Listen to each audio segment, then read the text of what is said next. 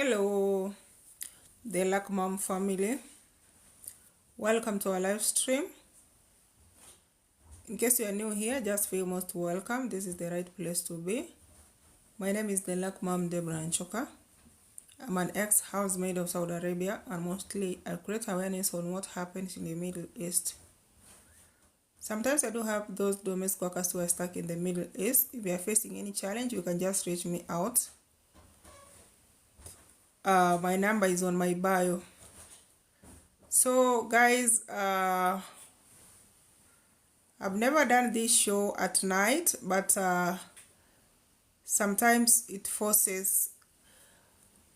There's this sister of ours who is called Yvette Rachel.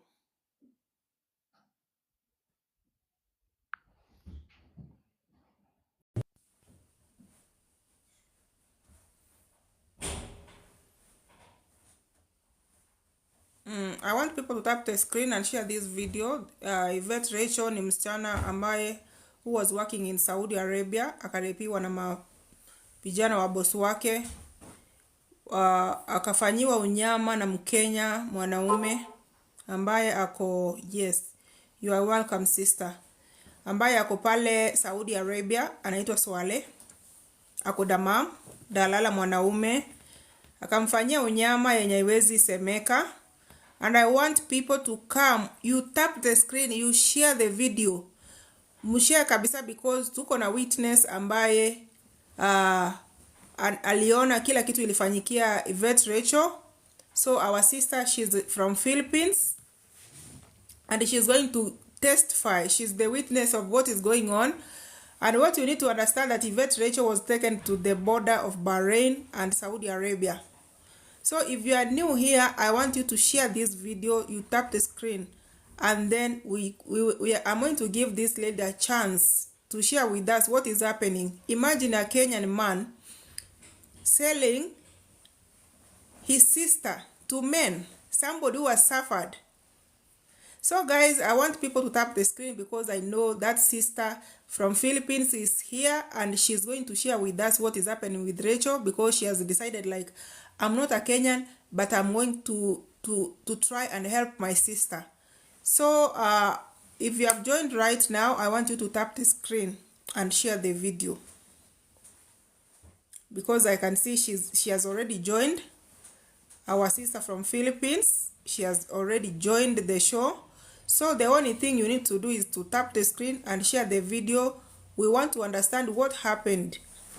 I saw some people were asking about Rachel, Yvette Rachel, oh, like, mom, you never helped the girl. We want to understand why she's going through a lot. The other lady who was having a problem, she came home. The same problem, just like Yvette, she arrived home safely. The one who was crying, because she waited to get help from that house. But according to Yvette Rachel, the dalala, a Kenyan dalala called Swale, who stays in Damam, went and picked her with the police, and then they ended up messing her life. So I want people to tap the screen, by the way, because I can see our sister is already here.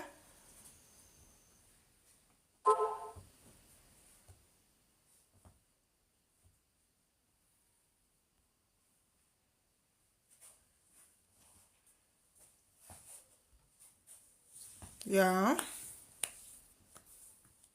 you can she's called Shanita. You can send your request. If you are there, just send your request. I'm going to give her a chance so that she can tell us what is happening and where is Rachel. Rachel was taken to the border, between the border of Bahrain and Saudi Arabia. She has not gotten any help after getting brainwashed, and then they just left her suffer.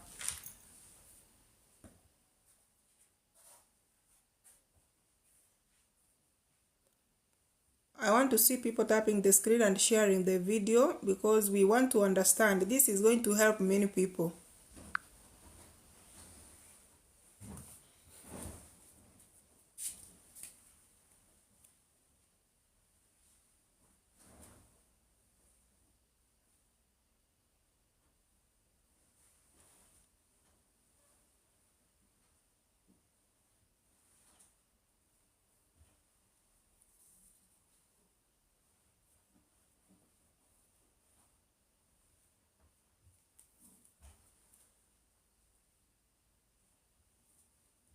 Suende.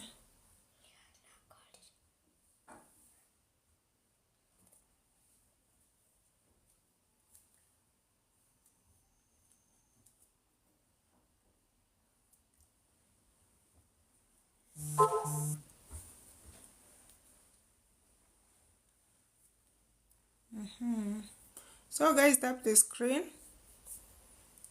We have our sister from Philippines and she's willing to share with us what is happening with our sister Rachel, Yvette Rachel.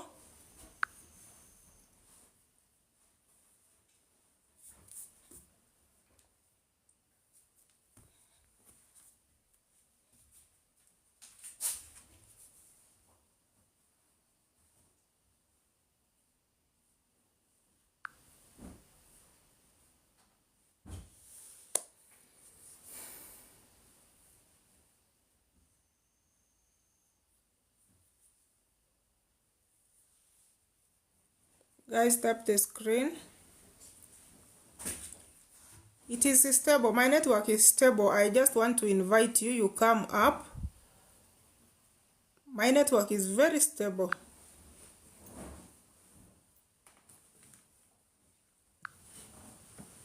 I'm inviting you.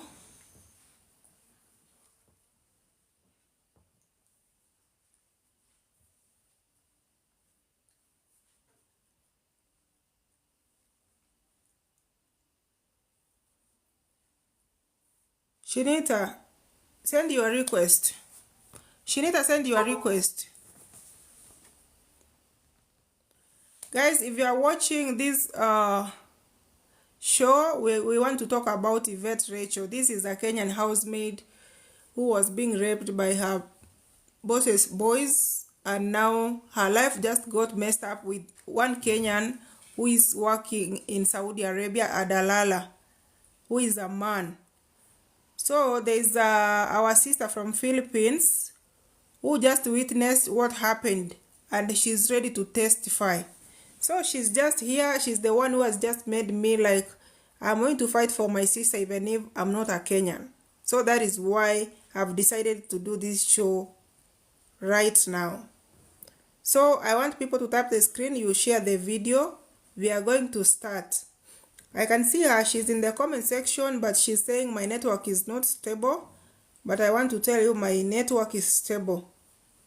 So that is why I've decided to come to do this show.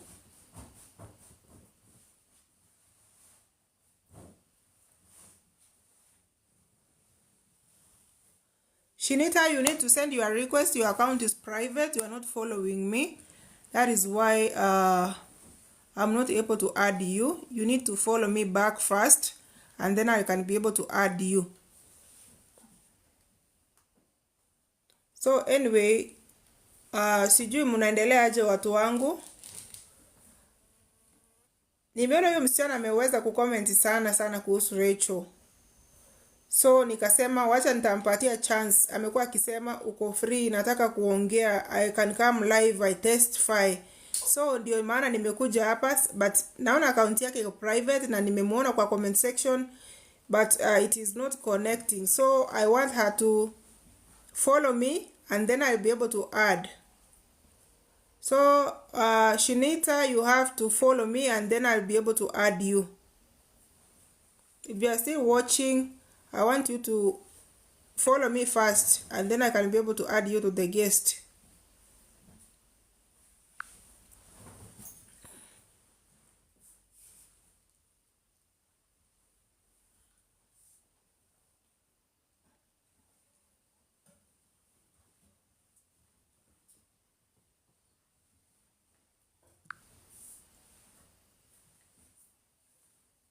Yeah, Shinita, I want you to, have you followed me? Follow me and then I'll be able to add you to the guest.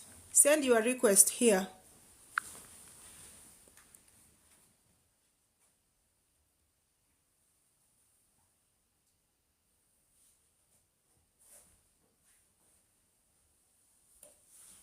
Shinita, hi, send your request. Send your request here. I want to add you to the guest. And then you have to follow me first.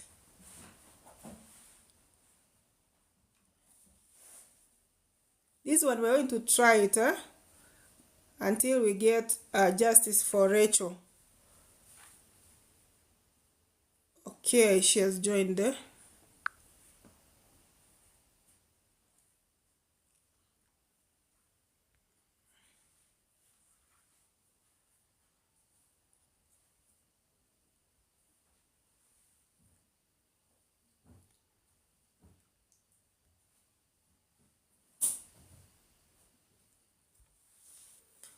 Shinita, send your request to the guest and follow me. Your account is private, so seeing you in the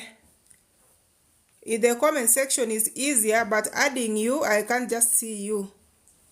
Just send your request to the guest. I'm here, ma'am. Yes, have you followed me? I'm trying to add you and I can't see you.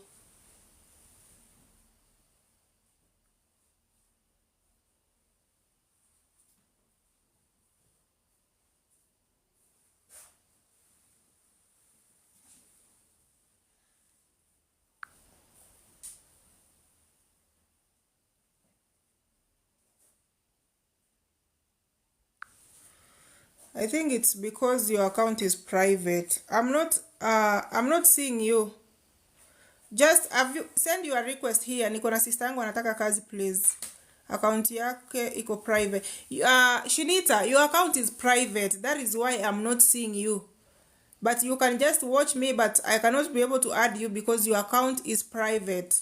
I'm just requesting that you just make your account public and then you send a request. Then I will be able to add you. We want to listen because we are just after saving Rachel's life together. So if your account is private, Shinita, we cannot be able to add you to the live. Just make your account public and follow me.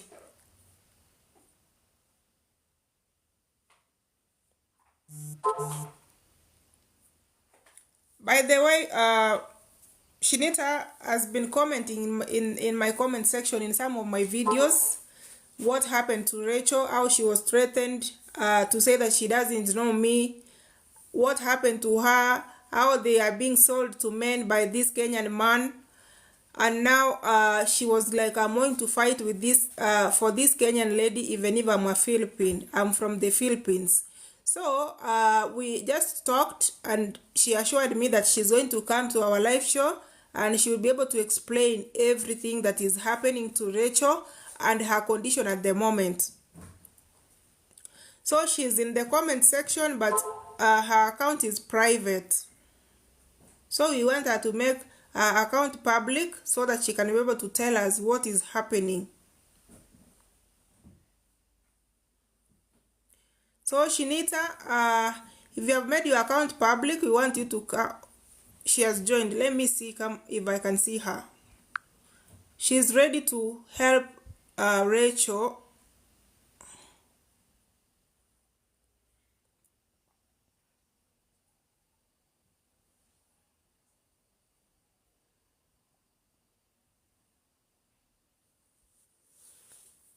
Send your request, Shinita. Send your request to the guest. I will add you.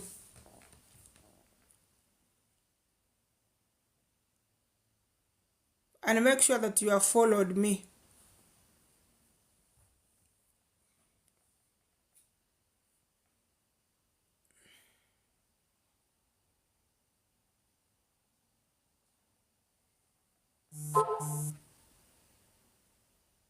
Vinri saying hi. I just want this lady to make her account public and just send a request because she's the only person who had made me to come live. You guys, you know that I don't do lives at night. But because she wanted to share, I'm just trying to give her audience.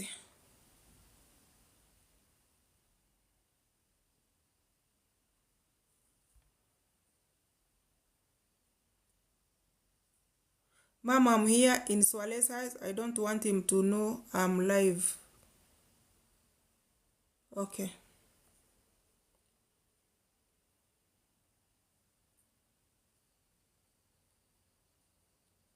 Let us talk in the inbox. Then follow me. Just follow me and then we talk in the inbox. She is ready to testify, but again, she is in Swale's house. Ladies, I want to tell you that Rachel never got help. Swale just took her passport, her phone, and now he's just selling her to men. That is the business that is going on. I want to tell my people who are watching this video, like, you guys, when you have a problem, please don't accept to be taken by people who claim to be working with the embassy. Swale is not working with the embassy. He is just a dalala. He has a wife in Dammam, and the business they are doing is pathetic. Wanafanya biashara ya kuuza wasichana kwa wanaume, hiyo ndio kazi yao. So ukiwa uko na shida, ati uko Dammam, unasikia tu Swale amekuja na maaskari. Swale anajuana na askari wengi sana Dammam. Amekaa kwa muda Dammam. Unasikia? Na mtu anasema it is heartbreaking, haki huyo msichana amepitia sana. Swale, I'm going to share his number tomorrow on my Facebook page. Na nitaenda kwa hizo comments zote. Zenye huyo msichana amecomment kila kitu vile inafanyika. Na nitazipost na nitaweka namba ya Swale because niko nayo. This account is private. Yeah, it's okay. But I'm going to talk to this lady. Bado anaacha comments. Keep on leaving some comments in the comment section. Swale hana ubaya. Somebody is trying to defend Swale. Nyinyi mtakuja hapa kumdefend, but tunajua Swale vizuri sana. Swale, kuna msichana alikuwa na shida last year. Huyo msichana wakati alikuwa Dammam akasikia ni wao wa Mombasa, akaenda akamchukua, akamlazimisha alala na muhindi mwingine. Ndio nikuje kukua na namba ya Swale. Huyo msichana akakataa kulala na huyo muhindi. Swale akachukua passport yake akaenda mpaka kwa ile ofisi yake akasema yeye ni mtu wa embassy. So vile huyo msichana alikataa kulala na huyo muhindi, wakaanza kumwambia wakamwambia ati a block namba yangu, a delete conversation, asiongee na mimi. That was last year. Wachana 2024, 2023. The same Swale ameona msichana amewekwa kwa mtandao amerepiwa, akaenda na askari akamchukua kwa bosi wake na maaskari kwa sababu analipwa. Huyu mwenye anasema ati Swale hana ubaya kwa sababu hujui Kenya amefanyia huyo msichana, ama maybe unajua unamtetea because tunajua ameoa Dammam. Na hata watu wenye wako Dammam, hata wale makemboi, hata kuna wasichana wamezaa kwa mikono ya Swale anawatupa nje. Unajua watu hawapendi kuambiwa ukweli. Huyu mwanaume, the only people wenye wanaweza muweza is the Kenyan government. Because ako pale Dammam na kuna bibi yake pale. Anauza wasichana kama upuzi. Wakati alienda akachukua Rachel penye alikuwa, alipretend kuwa mtu wa embassy, ndio huyo boss akaogopa juu alikuwa na maskari. Akaenda akamweka kwa nyumba yake. Akaleta wanaume pale na maskari waine, anasema ati amwambie aseme anijui. Wakatengeneza deal, wakamuangaisha. Then akapelekwa kwa mpaka ya Bahrain, akapelekwa kwa border ya Bahrain na Saudi Arabia. So siku ya kusafiri akachukua passport yake, akachukua simu, akaenda akamweka na wa Filipino. This is one of them mwenye ako hapa kwa comment section na anaona what Rachel is going through. Wasichana wenzangu wenye mko Gulf, ukipatwa na shida, msaada itakupata kwa ile nyumba na ule mtu atakuchukua pale either ofisi. Linet anasema yeye ako Dammam. Ofisi ndio itakuchukua peke yake, ofisi yako. Usikujiwe na Swale kama uko Dammam. Ninajua watu watamtetea hapa, wengi wao makemboi watamtetea hapa, wale wenye wana benefit because Swale ni mtu akona brothel. Ameweka wasichana wengi wa Kenya, Philippines, from different countries. Kazi yake ni kuwauza, lakini hiyo pesa haitamsaidia. Na ni vile watu wanamuogopa. Nitaweka namba yake kesho kwa Facebook page yangu na nitaelezea Hakuna kitu atafanya. He threatened me last year 2023. Ananiambia nitakutafuta mpaka penye huko. Hakuna kunitafuta, nitafute penye niko, lakini uachilie Rachel arudi nyumbani. Is the same man alipeleka Rachel akaenda kuinterfere na results. Yule msichana ameelezea, I've been following this case like mom from day one. Watu walilipwa pesa wakaanza kuangaisha huyu msichana. Huyu msichana Mfilipino mwenye anasema hapo, nitasoma comment yake moja moja kwa sababu ameziacha kwa videos zangu. Nitaenda kusoma moja moja na hiyo namba ya Swaleh nitaweka. Sitaki kujua watafanya nini kwa account yangu. Itaangushwa na nitafungua ingine. Kwa sababu huyu Swaleh, serikali isipoangalia vizuri, watu wataangaishwa sana. Amefanyia wasichana mambo mabaya sana.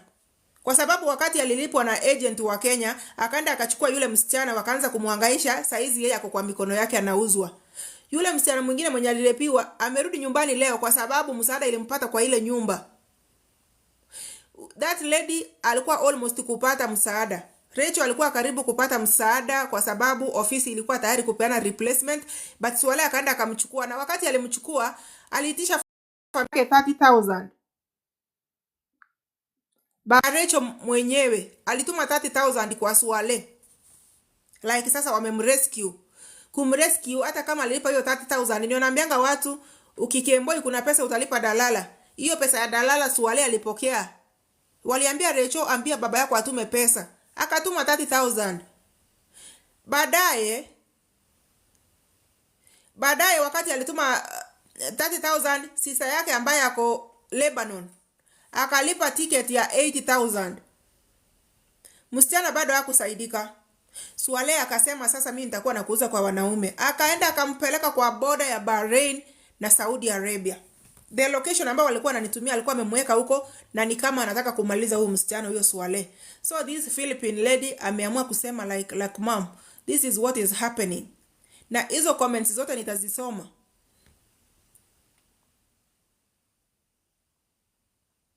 Wale wasichana wenye mko Gulf, hii mambo ya kukuja mnalialia kwa mashows za watu alafu mnatumiwa vibaya, watu wana benefit. Uko vulnerable, mtu anakukujia kwa sababu unafikiria ati huyu ni Mkenya mwenzangu. Swaleh atamaliza watu. Swaleh amehangaisha wasichana sana damam. Na hakuna mtu anamsema kwa sababu wanamuogopa, wanasema Swaleh atafanya hivi, Swaleh atafanya hivi. Swaleh amehangaisha wasichana damam. Alikuwa msichana mwingine alizaa akamwambia nani alikwambia ubebe mtoto, kwa sababu wengi wao wanawapeleka wanapotiwa. Nitaenda kusoma every comment ya huyu msichana vile anasema kuhusu Rachel.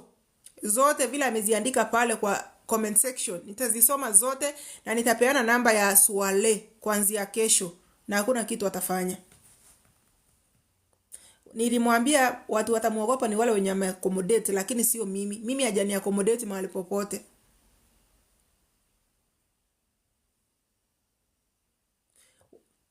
Watu wanapitia shida. My sisters, kama uko kwa contract, stick to your contract. Swaleh hana huruma yoyote. Wako na bibi yake pale na wanasanya pesa. Unauzwa simu zote. Simu 1 na simu 2. Swaleh anapokea pesa. Rachel hajawahi kusaidika. Alitupwa, ako kwa border ya Bahrain na Saudi Arabia. The Kenyan government in Saudi Arabia, diaspora affairs. The lady didn't get help. Na akaambiwa asiwahi onekana deportation because wanajua vizuri sana akifika deportation atasaidiwa. So alimwambia usionekane deportation, nikikupata deportation inakumaliza. Huyu ni mtu anatembea na askari. Alikuwa na maskari, aliwaweka kwa nyumba. Huyo msichana, I'm going to read every comment because nimeziona ameziweka hapo. Alikuja na askari 4 na wanaume wengine wakamwambia sema ujui huyo msichana, huyo lakmam awachane na wewe, because walijua vizuri sana maybe akini provoke naweza acha kumfuatilia. Like sasa watakuwa wameshinda na yeye biashara yake itakuwa inaendelea. Ndio nilikuwa naona kisichana chengine hapa kinasema, mbona hakumsaidia? Ningemsaidia aje kwa mikono ya dalala. Na dalala ndiye anamuendesha kama gari. Yule msichana mwenye alibaki kwa nyumba, mwenye alikuwa na shida, alisaidiwa akiwa kwa ile nyumba. Sio ukitoka, kwa sababu hata yule boss wake alikuwa willing kumrelease kama atapewa replacement kutoka Kenya. But sasa yeye akangoja, Swale akashikana na agent, wakaangaishana na blogger, wakamumaliza. Saizi she's suffering. Baba yake anasema hata mtoto wangu sijui kama atawahi rudi. Na watu wengine walikuwa wako hapa, oh, huyo msichana amesema hakujui, huyo msichana amesema hakujui. Hanijui aje. Saizi unaona anateseka. She's suffering kwa mikono ya Swale. Swale ni mwanaume anatoka Coast. Amehangaisha wasichana sana, but hii kesi ya Rachel itakuja kumleta kwa mwangaza. Lazima kila mtu ajue Swale ni nani. Tayari mimi niko na namba yake, nimekuanga tu nayo. Tangu apeleke huyo msichana mwenye alikuwa na shida kumuhangaisha. Na aliona huyo msichana ni mdogo. Ndio akasema like mama, sasa huyu mtu wa embassy alikuja hapa. Amesema atanisaidia, lakini ameniambia nilale nao na muhindi mwingine hapo, nikakataa. Ndio sasa akaanza kuambia yule msichana, usipoambia huyo msichana atoe hiyo video sitakusaidia. Na si kutoa video. I'm going to talk to this lady vizuri. Rachel hakuna vile atafika deportation because sasa ako kwa mikono ya Swale. Anamuuza. She is suffering.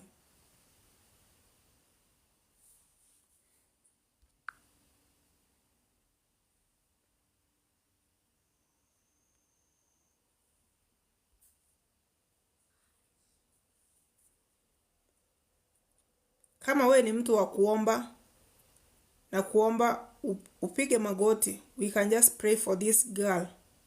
Na huyu Swale, siku za mwizi ni 40. Yes, umekalia sana udalala Damam. Umehangaisha wasichana. Ni Swale mmoja wa Damam.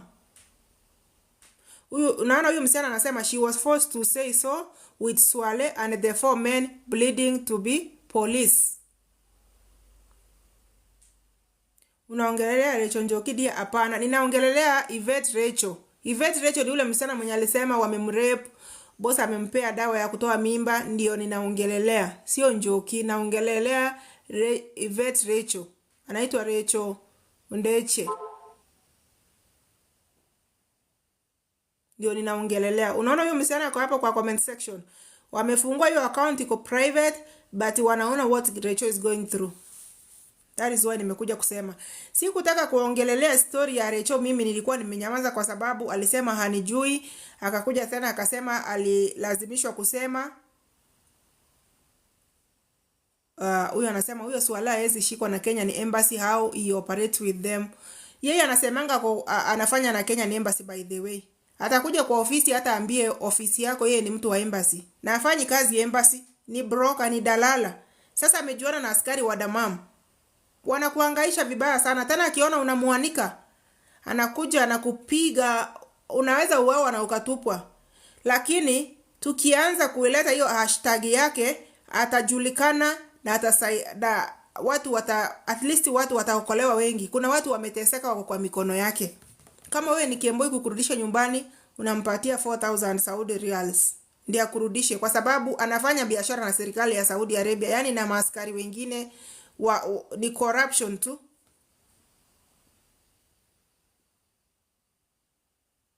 Unasikia? Huyu anasema yes, Swale has power over Damam. So ukiwa Damam na unasikia ati uko na shida, akiona nini zako kwa mtandao, anakukujia mpaka penye huko. Anakuchukua, anaenda kukuuza kwa wanaume. Na hakuna kitu tafanya. So anajifanyanga ni mtu ako powerful. Na anapenda kurusha threats. Mimi alikuwa ananithreaten na ananiambia, "Oh, basi enda uchukue wale kwa wenye wanateseka kwa maofisi uachane na kazi yangu." Lakini nitaanza achange inaanzanga na mtu mmoja. Because niko na namba yake na nitaiweka kwa mtandao. Kuanzia kesho because I'm going to read every comment ya huyu msichana mwenye unaona na comment hapa akisema yeye ndiye alikuwa na askari. Swale hiyo ndio biashara anafanya. Na sijui kama anakuanga na sister ama anakuanga yani na akona relative ambaye ni msichana, because what he is doing to people sio mzuri. Najua kuna watu wanampenda sana kwa sababu anawarudisha nyumbani, lakini kuna wale wengine wamekapitia. Kuna watu wanazunguka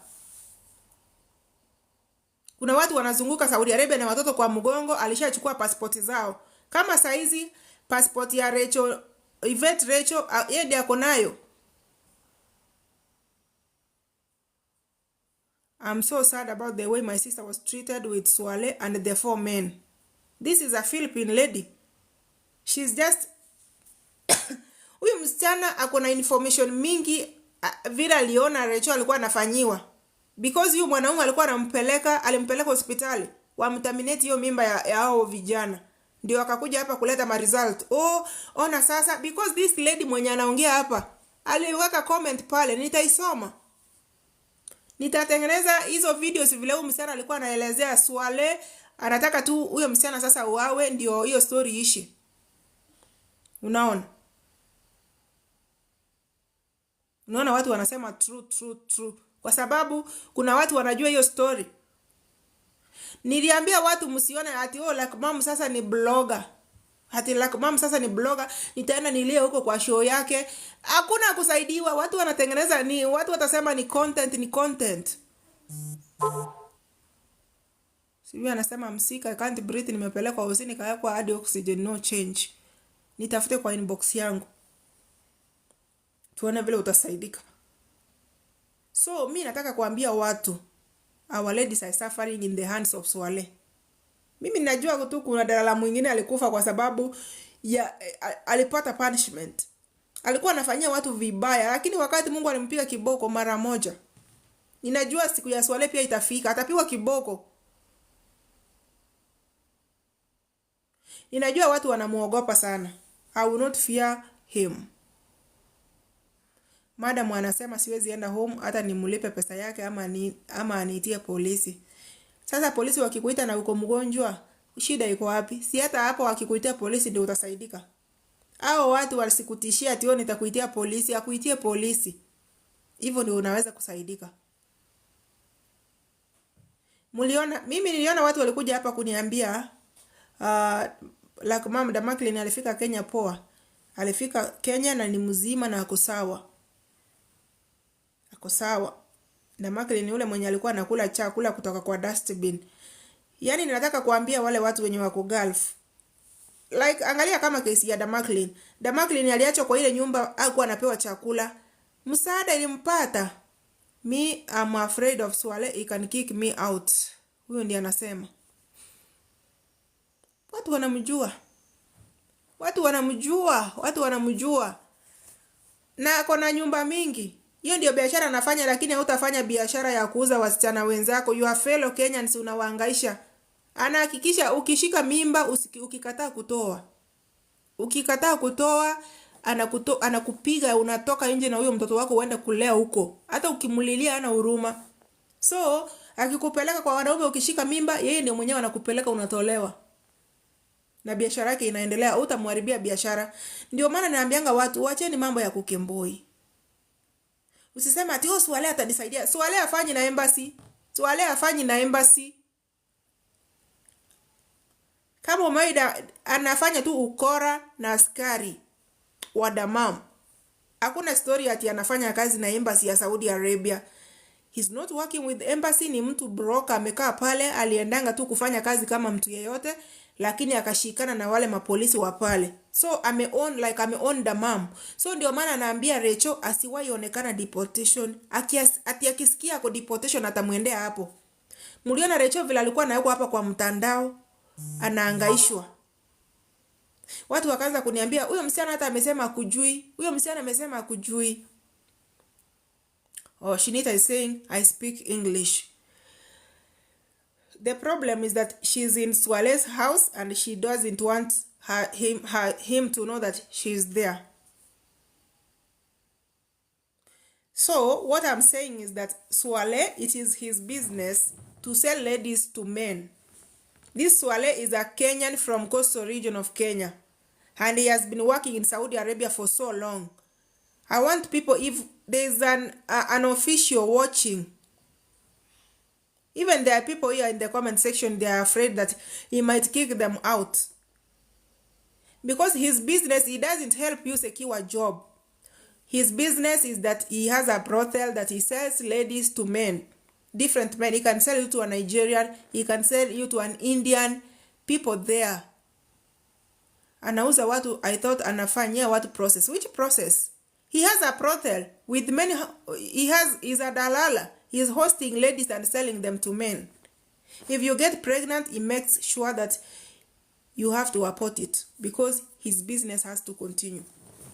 And now people are just afraid of him because they are afraid because he is accommodating them. So he took advantage of this little girl, 23 years. He demanded money from the family, 30,000 Kenyan money. And then the sister sent 80,000 for the ticket. But that lady never traveled back home. They just took her and dumped her between the border of Bahrain and Saudi Arabia. She has never reached home. She's suffering. Now the Philippine lady who witnessed, who saw everything that was going on, she's the one who has decided, like, I'm not going to keep quiet anymore.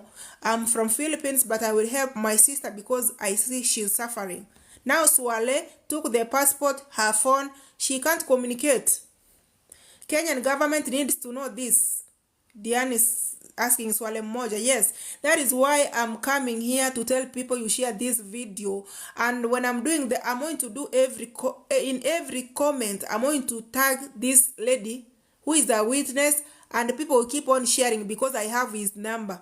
And if you have more numbers of him, share with me because I'm not afraid of him.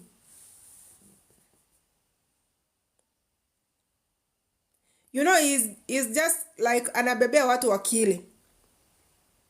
He was threatening me the other time, like, atanitafuta mpaka penye niko. Let him come. Gava iko na kiburi. Let her online it trend. Thank you. Nataka kuitrendisha as from tomorrow. I'm going to read every comment of this lady concerning Rachel Nditi. Rachel Ndeche. We are going to make it trend. Swale the mom, swale the mom, swale the mom, dalala swale the mom. That is the only way we are going to help our ladies. And I'm not going to be afraid of this man. Yeah, even my sister is saying, post everywhere. I saw her saying, oh, Swale hana shida because they're afraid of him. I'm not afraid of him. He can't wait for agents to take ladies to Saudi Arabia. They face challenges and then he gets them from their bosses and then he owns them with a certain blogger who is busy conning people in the name of helping them and making them to say something that is not there.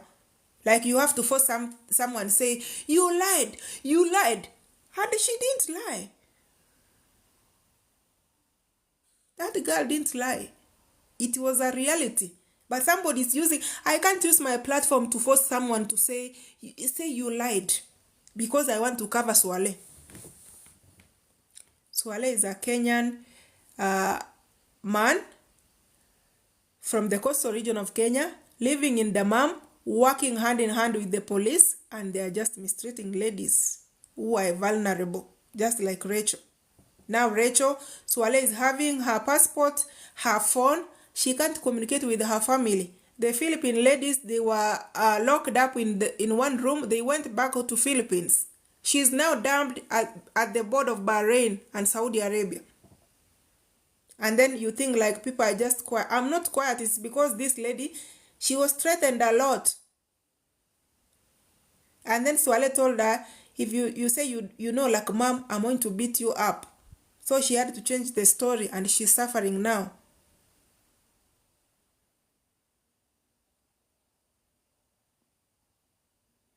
What comes, yeah. As you see, he's just sitting as ako tu pale. We are not going to stop it. We are not going to stop it. I'm going to try my best and make it trend. Swale wa the mom.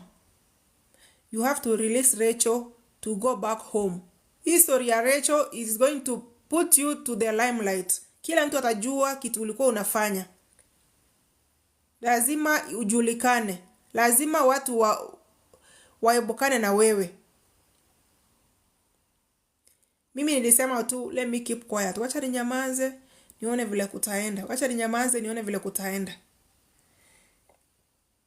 Rachel is nowhere to be seen. Ukisikia baba yake anasema sasa yule msichana walisema tutume pesa 30,000 tukatuma. Ati wamemsaidia. Na ndio naambia watu dalala kitamba akutoe penye huko. Lazima ulipe pesa fulani. They forced this family. Imagine huyu msichana alikuwa amekaa Saudi Arabia for only 3 months. They forced this family kutuma pesa yao ya ticket 80,000. Sister yake yako Lebanon ndiye alituma. And then baba yake akatuma 30,000 from Kenya. And then she didn't come back home. Guys, I'm going to start reading the comments one by one. Vile huyo msichana anajieleza because I think she's afraid. Na amesema swali yako hapo amekaa. I'm going to make it trend. I'm going to request you guys you help me make it trend. Mahali popote pale. Tusaidie wasichana wetu, Swale atamaliza wasichana. Amechukua watu kwa mabosses. Ukisema tu ukilia mwe anakuja tena rescue team. Wanakuchukua unaenda kuhangaishwa. Ikiwa uko na shida usiwahi kubali ati mtu amekukujia kwa bosi wako hujawahi muona. Anasema ni mtu wa embassy. Mtu wa embassy hawezi kukukujia penye unakaa. Tafadhali, my sisters. Mtu wa embassy hawezi kuja kukuchukua penye unafanya kazi. And the reason why I'm not giving people chance ya kupanda hapa juu. Rachel has no phone, no passport, and we don't know where Swale went with her help. She was just dumped between the border of Bahrain and Saudi Arabia. Last when I talked to her with the Philippine ladies, they shared the location but they went home. But now Rachel was left there. From there we don't know where she went. But last she was at the border of Bahrain and Saudi Arabia. Because they want this girl to get lost for good. That is why they decided to take her to the border of Bahrain and Saudi Arabia. Mtu amekuchukua simu yako, amechukua passport, amechukua pesa ya mzazi. Inaumiza. Mimi kitu nitawaambia, I'm just going to end this show and I don't know how to give people a chance to speak here. Hii kesi wacha isimame tu na mimi because huyu mwanaume anakuanga mbaya sana na watu wanamuogopa. Kama uko Gulf, ukijaribu kuongea kumuhusu anakutafuta. That is why unaona sijapatia watu chance ya kuongea. Mimi anitafute peke yangu. Juu ninajua watu wako na machungu, watu wataongea. So, mimi niko hapa hivi na nilisema nitasimama na Rachel. Rachel alikuwa anahangaishwa tu. Na ndio maana nimeona hata sisomi comments na majina za watu because huyu mwanaume ni hatari. What he has done, amefanyia watu majabu. Unaona? Amefanyia watu mambo mabaya. So wanamuogopa. I remember kuna msichana mwingine alikuwa rafiki yangu, alikuwa ni Kemboi. So they realized she was my friend. Karibu wamuue. But alifika nyumbani. She's in Kenya. Wakati walijua ati anaongeanga na mimi because alikuwa ananiambia mambo. Wakakuja kujua ni rafiki yangu. Alihangaishwa mbaya sana. So wale watu wenye wako Damam, na hata kama uko Damam, uko Riyadh ama mahali popote pale, usiwahi kubali kukujiwa na mtu anasema anatoka embassy. Embassy hawawezi kuja kukutafuta penye huko. Hivyo ndio naambianga watu kila siku. Ukipatwa na shida, msaada utaupata pale kwa ile nyumba. Msaada itakupata kwa ile nyumba ama police station ama deportation. And this information I'm giving you, hautaipata mahali popote because watu wataki kukuambia. Watu wengine wako biashara na wataki kukuambia ni nini naendelea.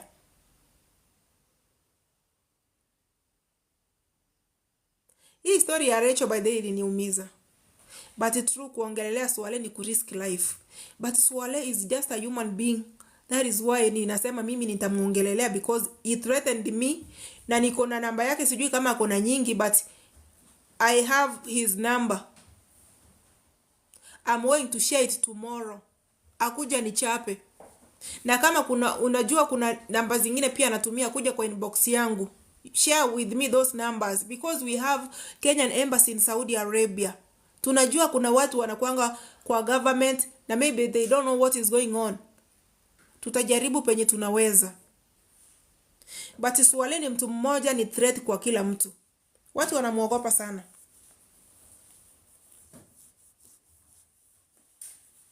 Watu wanamuogopa sana huyo Swale. Mkiona huyo anasema Isaiah, I have a burning issue Mama Debbie.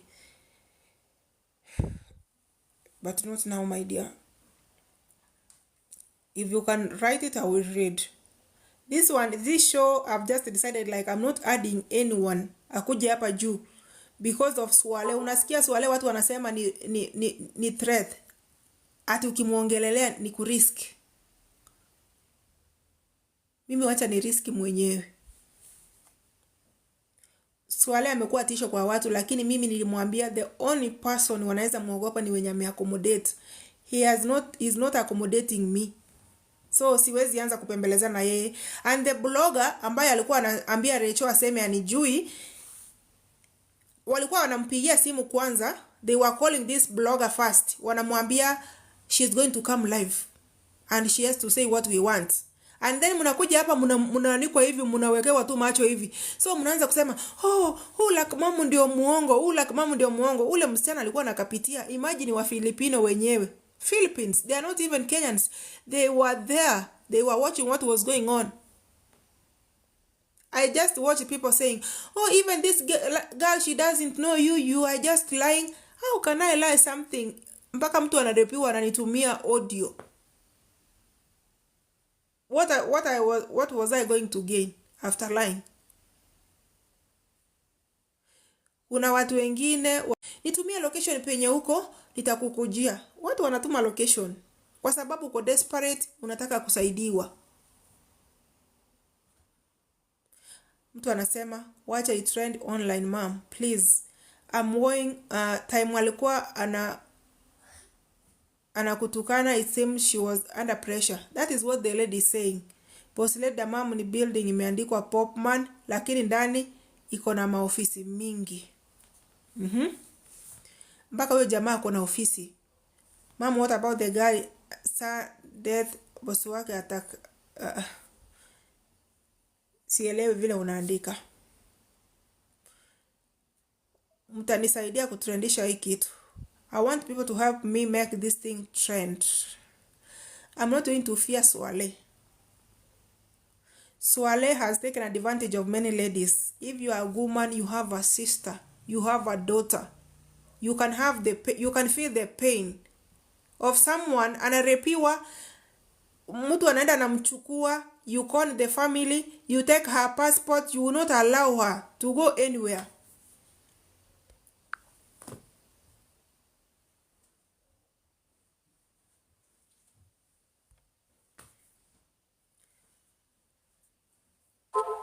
If you want to say something, useme hapa kwa comment section because I'm not going to give anybody a chance ya kupanda hapa juu. Because mambo ninaongelelea ni ya Swale, dalala mwanaume mkost ambaye ako pale Damam. Popman iko huko coaches stage hapo River Road.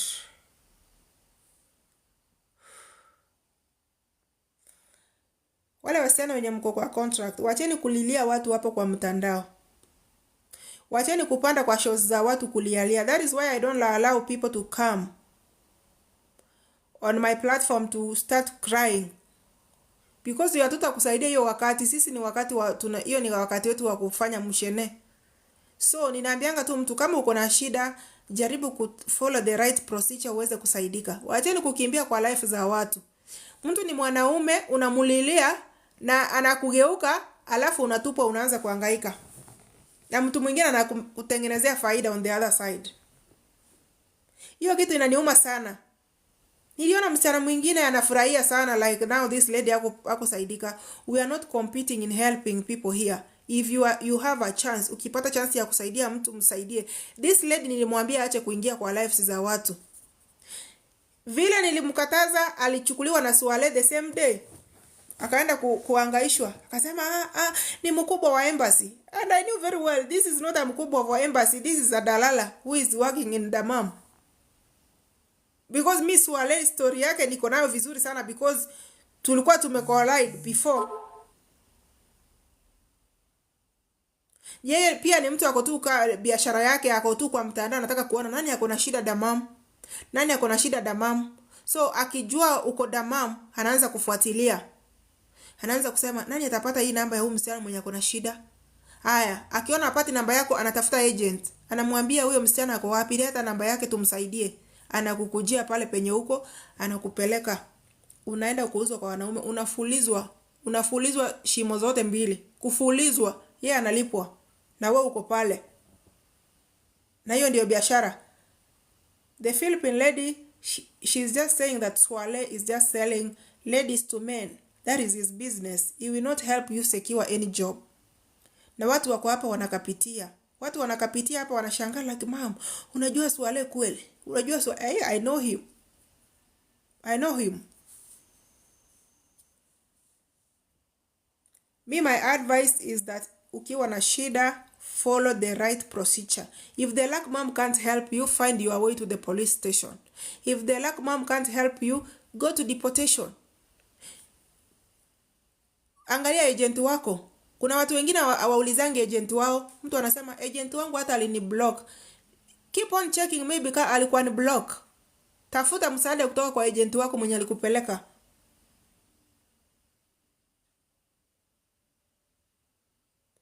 Yeye anauliza bado anateseka. Anateseka. Asa mtu alitupwa kwa boda ya Bahrain na hana passport, hana simu. Ako tu kwa boda Bahrain na Saudi Arabia. Hata sio boda ya Tanzania na Kenya. Familia yake imeshaliwa pesa. So Swale is harvesting from both sides. Mbona akatupwa? Sasa alitupwa kwa sababu akona ukweli, kuna maneno akonayo, kuna ukweli akona.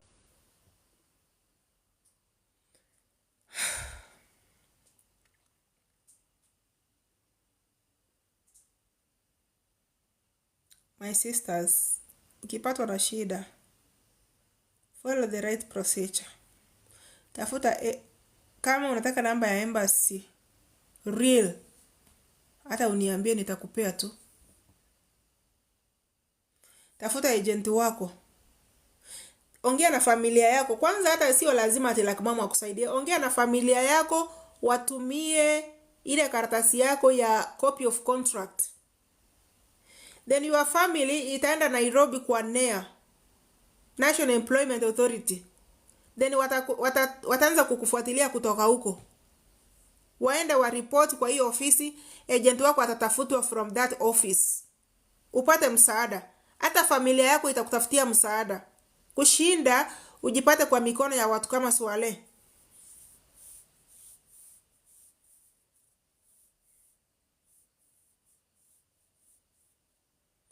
Kama unanisikiza saa hizi na kuambia ukiwa na shida, tafuta mtu wa familia yako, awe ni brother yako, awe ni sister yako, aende kwa NEA Nairobi. Swale has many Kenyan boys and girls. They are kept in one place. Some are married to each other. Because that is his business. I'm just reading comments from one of the victims, by the way. She's in the hands of Swale. Na like she's done. Aliona msichana Mkenya akitolewa kwa mikono yao. Ni msichana kutoka Philippines. Aliona msichana akitolewa kwa mikono yao. Mkenya akiteswa na Mkenya mwenzake. Na amesema anasimama na huyo msichana. Na hii information itatusaidia. I'm going to use all the comments, my dear, you have commented on they some have kids. And then if you have a kid in Saudi Arabia, you have to get money to secure the papers. So that is his business. Unakaa pale uzae, utafute pesa ya kutosha, umulipe yenye atakurudisha nayo nyumbani, na utafute pesa yenye utatafutia mtoto karatasi. Mbona ukubali? Even me first me one Kenyan to get married to him and I refused. You see? He is just busy making business. Like he want to make enough money. He has to force you to get married to someone so that you can get a baby, and you have to look for enough money to get papers for the baby. And then your money for the ticket of you and the baby. Ndio maana amekaa Saudi Arabia hataki kutoka. Lakini he is not going to continue owning Saudi Arabia. Choka yenye iko na blue tick. Tusaidiane hata kama ita trend, kama watu wako X mahali popote pale, make it trend so that tujue kuna mwanaume ako Dammam anaitwa Swale, anajifanya anafanya kazi embassy, so that kama Kenya na embassy wanamjua because yeye ana own Dammam. Umesikia from the comment section, he owns Dammam. Tuone kama government ita take step gani kusaidia wale wasichana wenye wako, because ako na wasichana wengi sana. Amefungua brothel yenyewe tu ya kuuza, ni umalaya tu inaendelea, lakini watu wanateseka. Na huyu msichana alipeleka akamrusha border ya Bahrain na Saudi Arabia. Atakuja aje nyumbani because yeye ndiye anajua penye alimrusha. Wacha nimalize hii show guys. Nitajaribu kusoma comments zote and I'm going to put his number everywhere. Akinikujia nikujie. Thank you for tuning in.